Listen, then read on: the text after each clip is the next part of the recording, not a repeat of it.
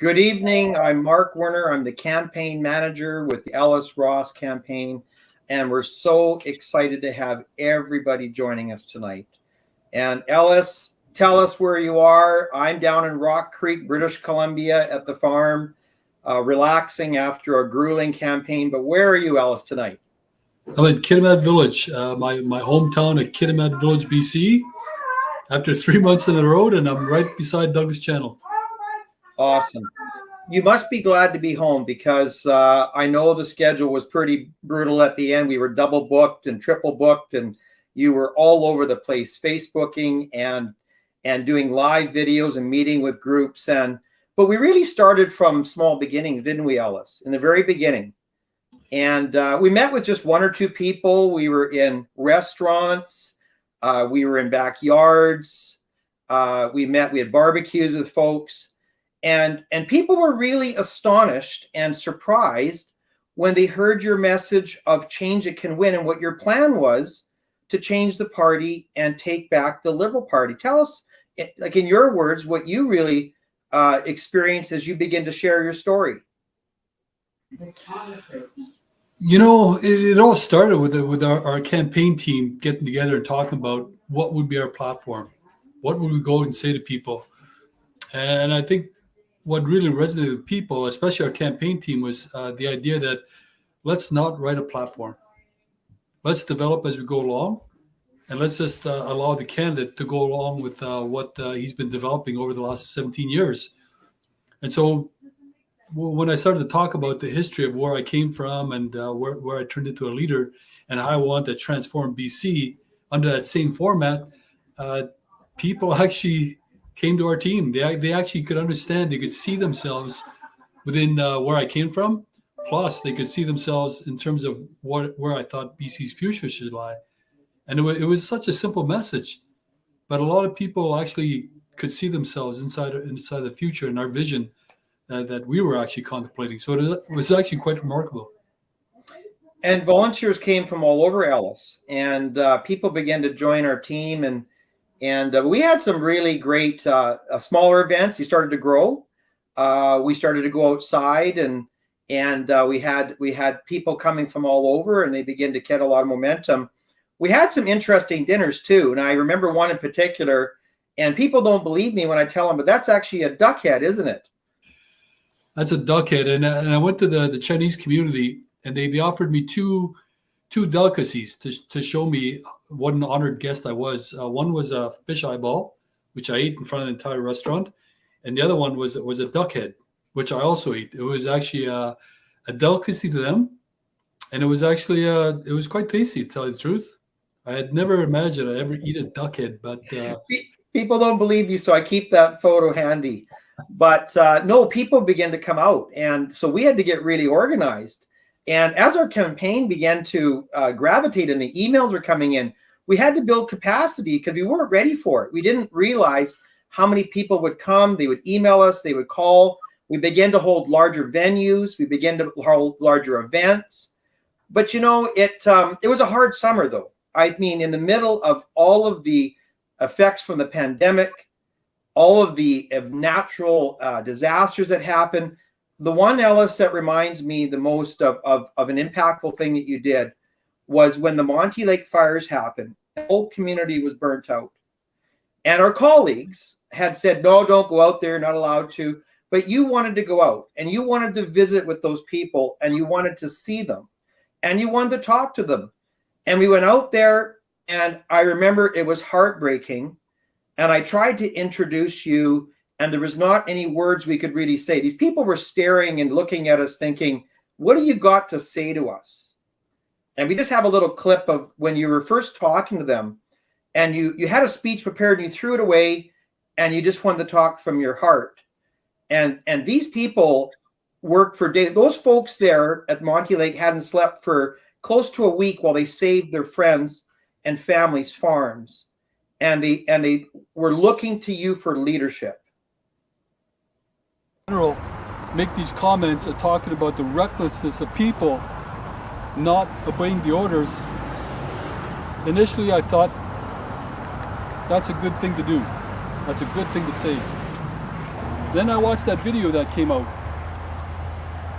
And so what I started to think about was the local knowledge, the local expertise, and pardon the phrase, but the old timers are not being respected.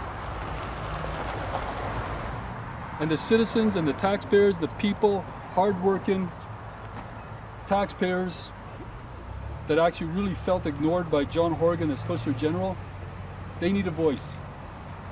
Because this story's got to get out. Nobody, I don't care if you're a minister, the premier, I don't care if you're the opposition, I don't care if you're a regular BC citizen, all you got to do is take a drive down the road and try not to cry. Oh, where are we looking? You remember that? That was something. That was, that always brings a tear to the eye remembering that day, because it was, we got invited down there, so we changed our whole campaign trail, changed the tour, went down and take a look, and it's still astonishing today. But the human spirit behind that effort was incredible. And the idea that the BC government was insulting these people, even though they were actually going out and fighting, putting out fires that summer, and they lost everything. That was the most tragic thing that I saw up until the floods. Yeah, that brought back a pretty dark time for a lot of people down in Montney Lake and Logan Lake area, and Lytton for that matter. I tried to go to Lytton when Lytton burned up, but they had already closed off the highway, so I could only go through Ashcroft and take a right to head home. So I wanted to go out there and check out Lytton as well, but couldn't get down there. But I did get out to Monty Lake, in behind the security check and whatnot, and watching people pick through the remains and trying to find pictures or jewelry, that was absolutely heartbreaking. That was when that video came out and was on YouTube. People began to take note of our campaign. And I think another thing that really happened was when you solidified your campaign in Vancouver, when we opened the Super Center, and we began to reach out, and that was a turning point, was when that was the largest televised or Facebook Live event.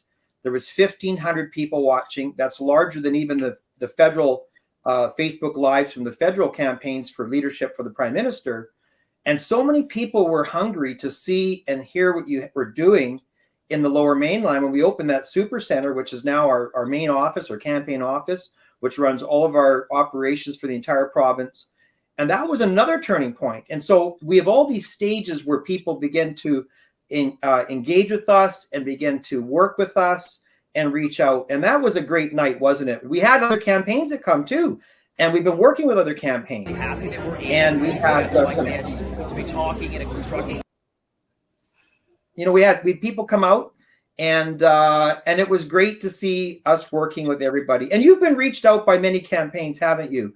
And ones that really believe that we have to work together to change the party. Can you tell us about that? Well, I've always offered my help to other campaigns, especially when they came through Terrace and they had no real planned events. So when I found out other candidates were coming to Terrace or Kitimat, for example, I'd set up an event in the backyard. I'd locate the media, tell them to come out and interview them. I made sure that everybody came up. And even when I went down to Vancouver, I invited candidates to our events, gave them the microphone. Here, talk to the public, talk to BC Liberal members. It was actually quite remarkable that the candidates actually reached out to us and responded and and it was great. And by the way, that office opening, people traveled in from all over the Lower Mainland, even from Vancouver Island, to come attend that. And I was shocked.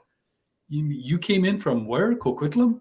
You came in from Langley? You came from Vancouver Island for this office opening? That's saying something. But that just goes to show you the excitement and the optimism and the enthusiasm that British Columbians have come to expect out of our campaign. Now, we've heard some folks say that, your message doesn't resonate with the Lower Mainland people and Vancouver and stuff. I think that's absolutely absurd, and that's certainly not what we've seen. Would you not agree, Ellis, that you have been received so strongly in the Lower Mainland with all the different groups and the amount of demand. I mean, tell the folks about what you experienced as the candidate traveling and going there, like what you experienced.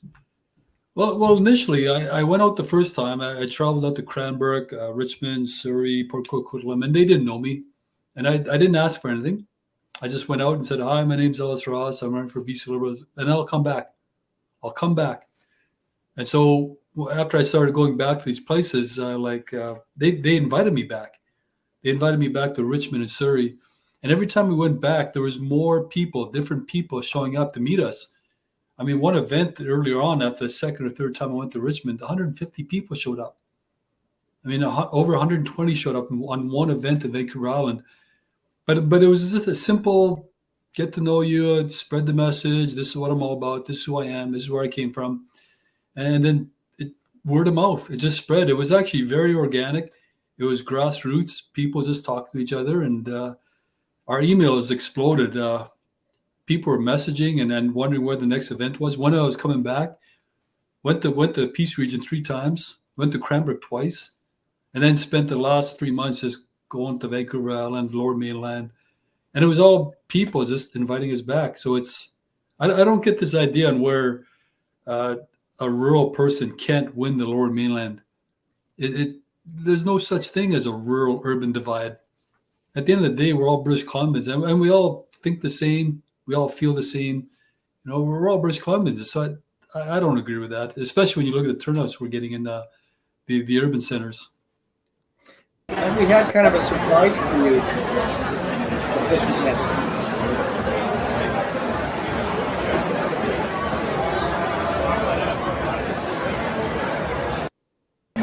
That was you weren't prepared for that, Ellis, were you? We didn't tell you what was going to happen. We had this planned. It wasn't that we were hiding it. We've been so busy. We had you scheduled for it, and then you walked in, and I remember the look on your face. Yeah, well, most of our events are anywhere from 3 people in an auditorium to 150 people in a backyard. So I was ready for anything, but I wasn't expecting over 400 people in one place. I wasn't expecting that. I wasn't expecting a big stage. I wasn't expecting that diverse of a group. I mean, it was just, I was stunned. I didn't know what to say. And trying to make my way through the crowd. I didn't even get to eat that night until it was just about over. But it was amazing. It was absolutely amazing to be down in the Lower Mainland and have that kind of event. I heard that Tracy made you a plate 3 times, and John Rustad ate it all 3 times. He didn't want to waste it, so John kept eating the food. But it was something. It was we were sold out. There was no more tickets. People were trying to get in. It was truly. I was told by a credible source, another candidate, that most likely that was the largest single event held by organic event that people paid for and came in. They weren't paid to be there, weren't given free food, free booze. They actually paid money to come to a ticket, and they came to one of the largest events ever in the history of any leadership race for the BC Liberal parties. And I believe it certainly is one of the largest, if not the largest. So that was the last big event we did. And I think it really speaks to the hunger that we've seen, and just people reaching out because your message is real. And they realize that you're not a politician, that you're a leader. And people are looking for leadership now more than ever. I mean, look what's going on in the world today.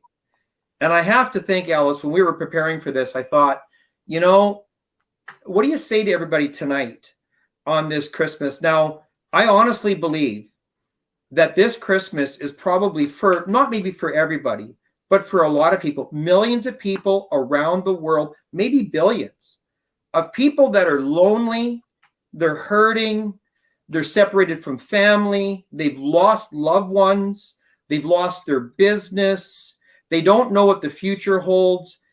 This is a very, I watched last night on the news, I saw what they're doing with the food banks, and they're producing meals in Kelowna. And so I was watching it, I was doing work at the same time, and I looked up and I heard ladies saying, "This is the only Christmas dinner that I will get, and I'm so grateful." And I looked up at the TV, and it was a 65-year-old mom, someone like my mom, your mom. And I thought, oh, this is heartbreaking. Like, people are hurting, like these legitimate hardships, not straight people that are drug addicts or this type of thing. We're talking about people that are broke and have no family and no place to go. And it made me think, man, we got to do more, got to do more.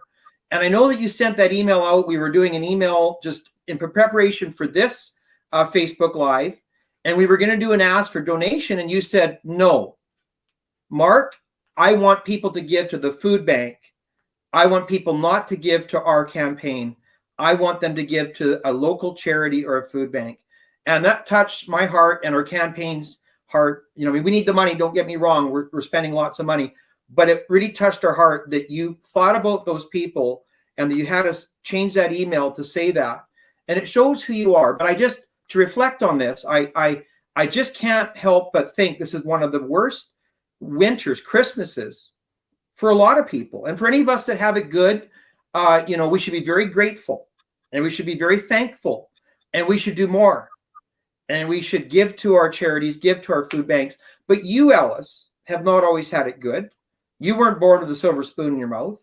You've had hardship. And we dug up a couple, you didn't know this, but we dug up, I worked with Miranda and Tracy behind the scenes, and we dug up a couple photos for you that go back. And you might recognize this.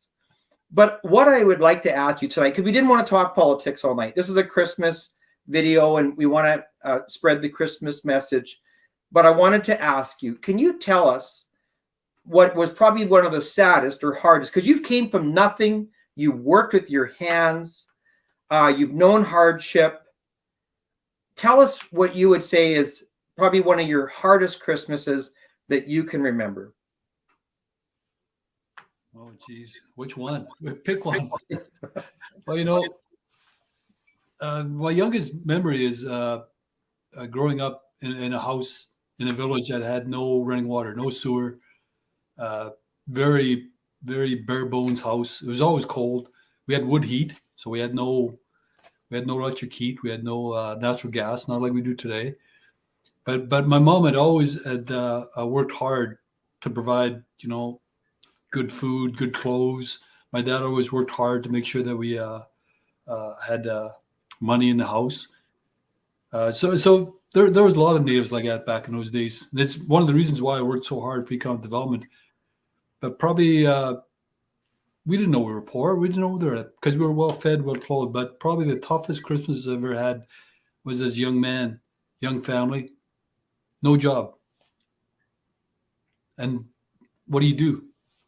You got to scrimp and scrape to pay the rent, and you got to buy gas for your car, insurance, and you got all these bills. And so you're thinking, what can I give my kids? So you do whatever you can to kind of make ends meet. My wife always had a job at retail, which didn't pay very well, but as the provider, the breadwinner, those are tough Christmases. It really inspired me later on when I found out later on as an adult and as a leader, I wasn't the only one like that. There was a lot of people all across BC, even around the world, that had it like I did, as well as worse. And so probably the toughest Christmas I ever had was wondering, what can I buy my kids other than a few trinkets or going into debt where I'll have to pay it off, for a year or so. So, yeah, and probably the worst Christmas ever was when we finally got to a point where, our community, our region is thriving. The smelter is being built. Everybody's got jobs, good paying jobs. LNG is working now.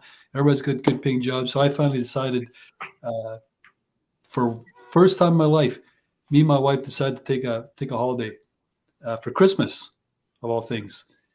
And so we put together our funds and we made it out to Arizona. And given my background, where my parents came from, it was kind of like a reward for us. Well, by the time I got to Arizona, my father passed away.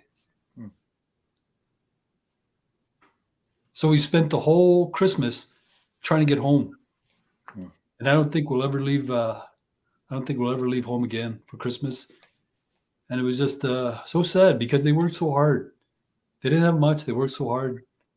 Now life is good, and now it's time for them to go.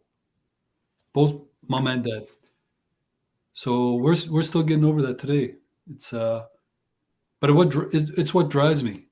It's what keeps me going. That there are people out there like me, that just need a helping hand, that need an opportunity, and that's why I do what I do. What's on a better note? Tell me what your favorite Christmas was, or your best one that you can think of in recent times or whenever. Tell me your favorite one. My favorite is my older sister. She's not with us anymore. She went out to build her life because she was the oldest one in her family out of 7 kids. And, our Christmases were, you didn't get trees full of presents and all that. You didn't get that really expensive gifts. You got socks and underwear and stuff like that. Maybe a small little Tonka toy. By the way, all those hints for all those people thinking that it's okay to buy socks and underwear for your kids. No, we didn't like that. But my best Christmas was my sister. She knew that I liked music. And she had a stereo that she'd owned for 5 years. And it had, you guys remember 8-track players? It had an 8-track player, it had a record player, and had a radio on it. And so she knew I liked music, couldn't afford a stereo.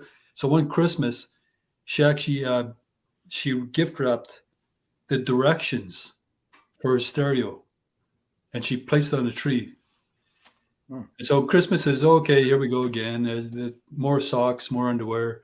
Got a little Tonka toy. Great, that's Christmas. And my sister goes, "Hey, there's one more there. A Christmas card. Looks like it's to you." So I opened it up. I'm looking at it. I don't get it. It's directions to a stereo. And she said, "Yeah, that's great. It's yours. It's in your room." Best Christmas ever.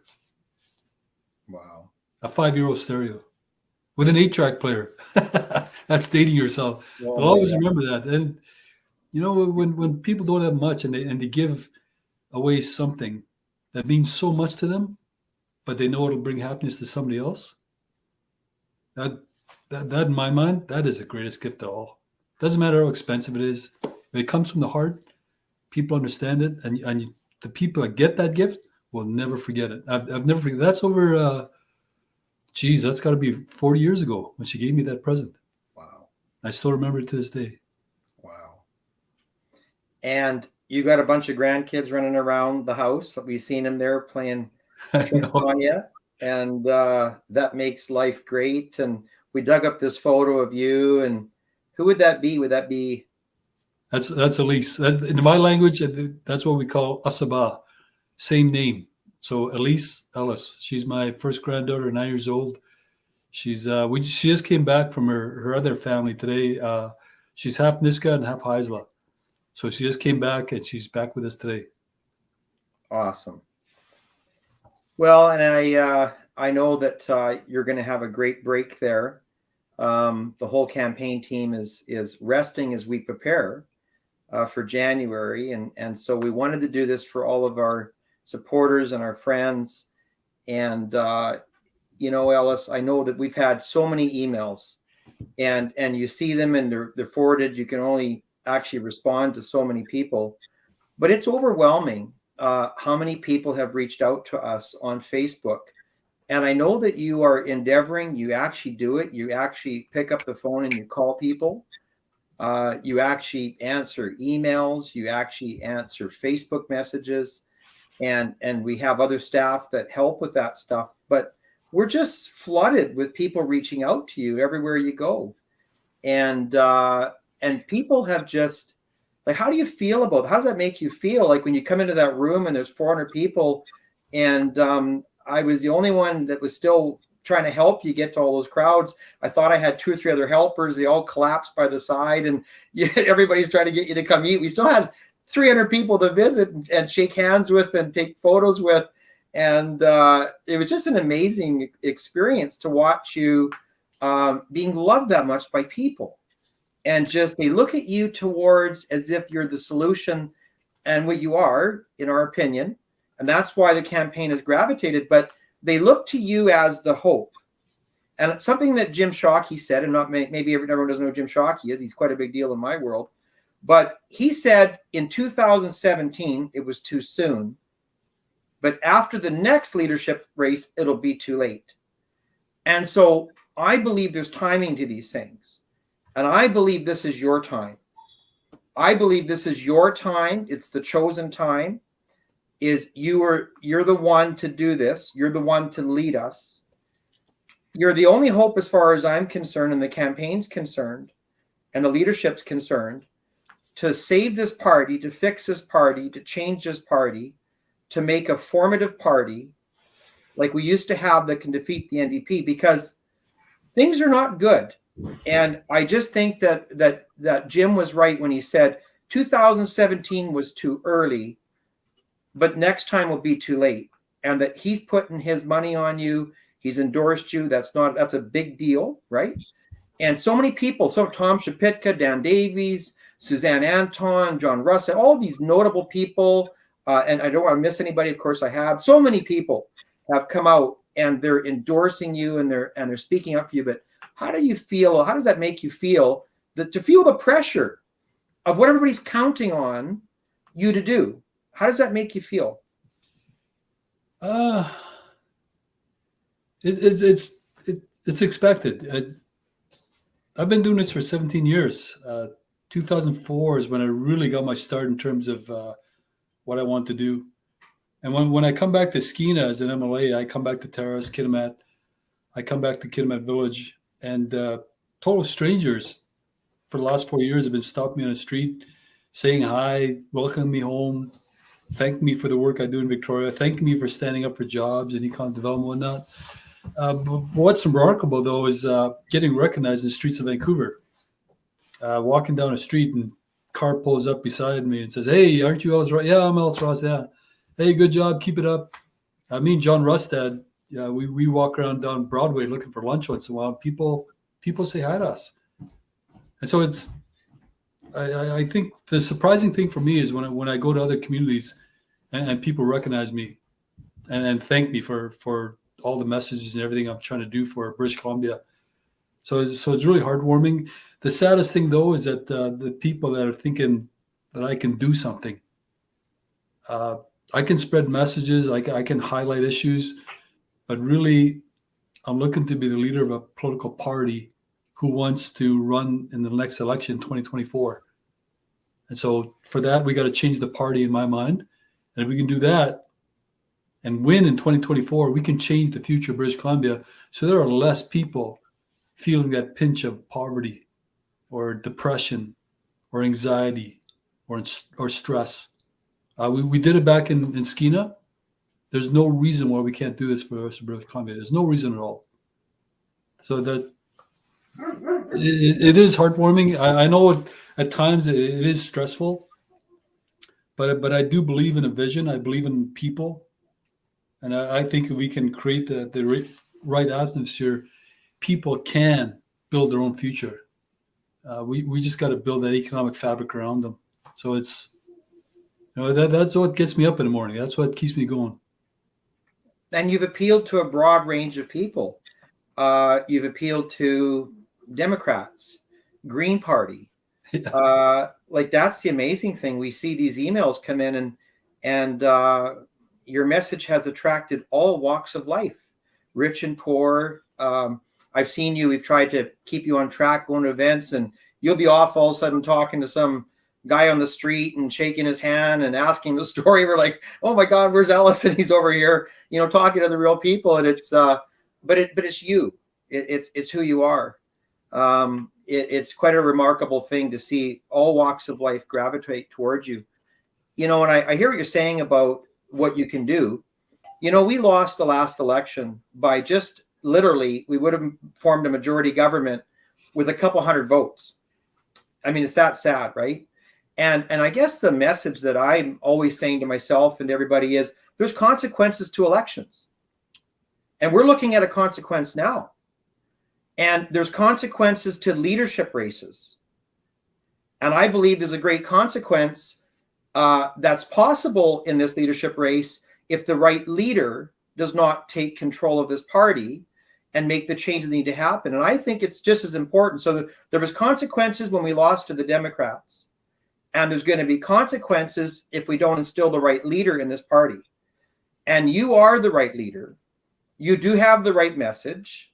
I've said many times the NDP is scared of you, but they're also scared of the grassroots people that are gravitating around you.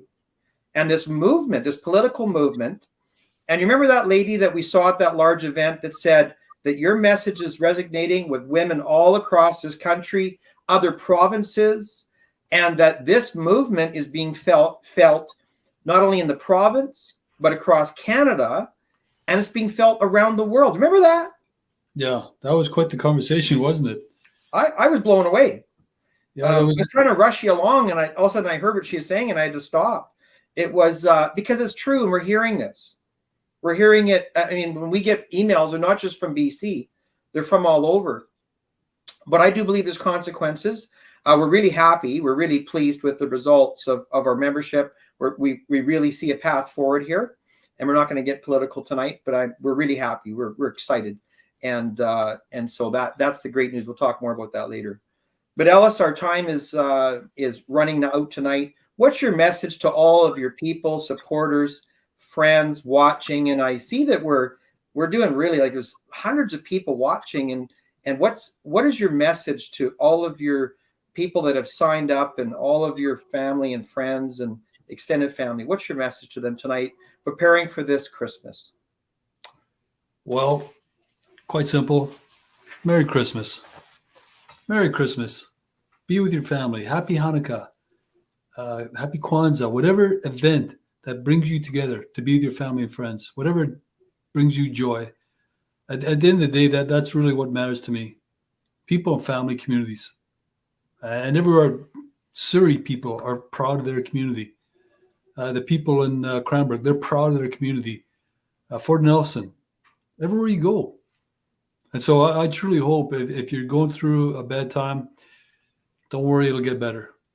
It'll get better. If you are going through a good growth, then think about the people that aren't doing so great, because there's a lot of them out there. And at the end of the day, BC is a great place to grow up, to live, raise your family. We can make it better. I know it. I absolutely know without a doubt, because that's what we did in Skeena. It can be done. It's going to take a while to do it, of course, to unravel what's happened in the last 5 years, but it can be done. We can reverse where BC's heading for the sake of the people, not for the sake of a party, not for the sake of the government. We do it for the people. And I think the BC Liberals have got a great foundation of a vehicle to do it. It's just that we've got to change. We got to go back to what made us successful in the first place: grassroots people. And that's the joy I take out of this job, is going around to talk to all kinds of people all around BC, and they're professionals, they're lawyers, they're working in the environmental industry, they're loggers, they're miners, they're all kinds of people, and their story, they might not think they're interesting, but they are. They've got remarkable backstories. And so that's probably the best part of this job, knowing that there's so many people out there with diverse backgrounds, diverse religions, diverse beliefs, and yet there's a way forward for all of us together. So Merry Christmas, happy holidays, be safe, and things will get better. Things will get better. I can feel it. What is your favorite Christmas song, Ellis? Little Drummer Boy by Bob Seger, but any version of Little Drummer Boy will do. Awesome. Well, we're going to do another broadcast before New Year's, but I want to thank everybody. I want to thank all the folks, and I want to tell all of our supporters, members, and friends and volunteers that we consider you family. We love you.